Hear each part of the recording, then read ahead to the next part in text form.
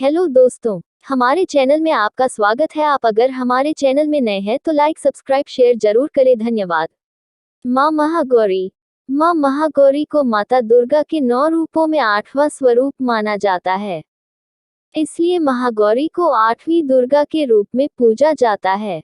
माँ की शक्ति अमोघ और सदैव फलदायी है। इनकी पूजा और उपासना से पूर्व संचित पाप भी नष्ट हो जाते हैं। नवरात्रि का 8वां दिन। माँ दुर्गा की 8वीं शक्ति का नाम महागौरी है। देवी महागौरी पुनर्तः श्वेत रंग की हैं। उनके इस रंग को शंख, चंद्र और कुंद के पुष्प के समान माना जाता है। उनकी आयु 8 वर्ष मानी जाती है। अष्टवर्षा भवेद गौरी। उसके सारे कपड़े और आभूषण आदि भी सफेद हैं। महागौरी की 4 भुजाएं हैं। इनकी मुद्रा अत्यंत शांत है। उनके ऊपर दाहिने हाथ में अभय मुद्रा और निचले दाहिने हाथ में त्रिशूल है। ऊपरी बाएं हाथ में डमरू और निचले बाएं हाथ में वर मुद्रा है। इनका वाहन वृषभ है।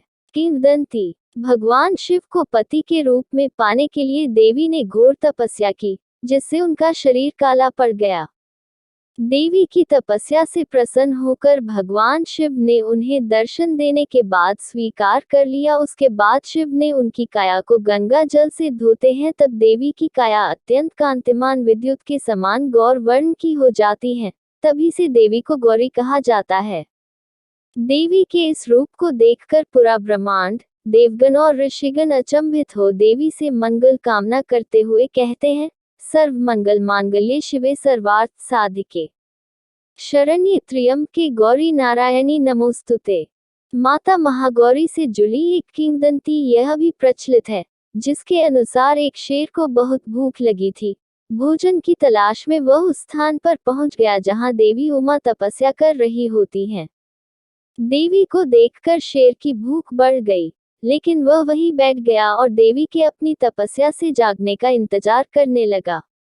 इस इंतजार में वह बहुत कमजोर हो गया।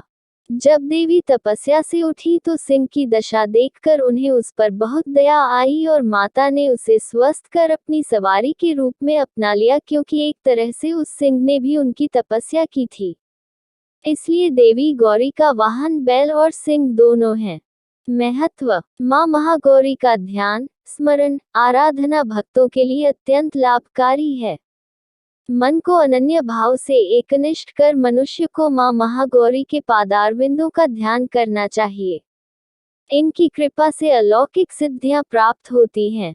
माँ की कृपा से भक्तों के कष्टों का निवारण होता है, असंभव कार्य भी सिद्ध हो जाते हैं। अतः इसके चरणों में शरण पाने के लिए हमें सर्वविध प्रयास करना चाहिए। महागौरी का मंत्र। या देवी सर्वभूतेषु माँ गौरी रूपेण संस्थिता। नमस्तस्यै नमस्तस्यै नमस्तस्यै नमो नमः। हमें अपने मन, वचन, कर्म और शरीर को निर्धारित विधि व्यवस्था के अनुसार पूर्ण रूप से शुद्ध और पवित्र होकर माता महागौरी की शरण में जाना चाहिए। उनकी पूजा से हम आसानी से सभी सांसारिक कष्टों से मुक्त होकर सहज ही परमपद के अधिकारी बन सकते हैं।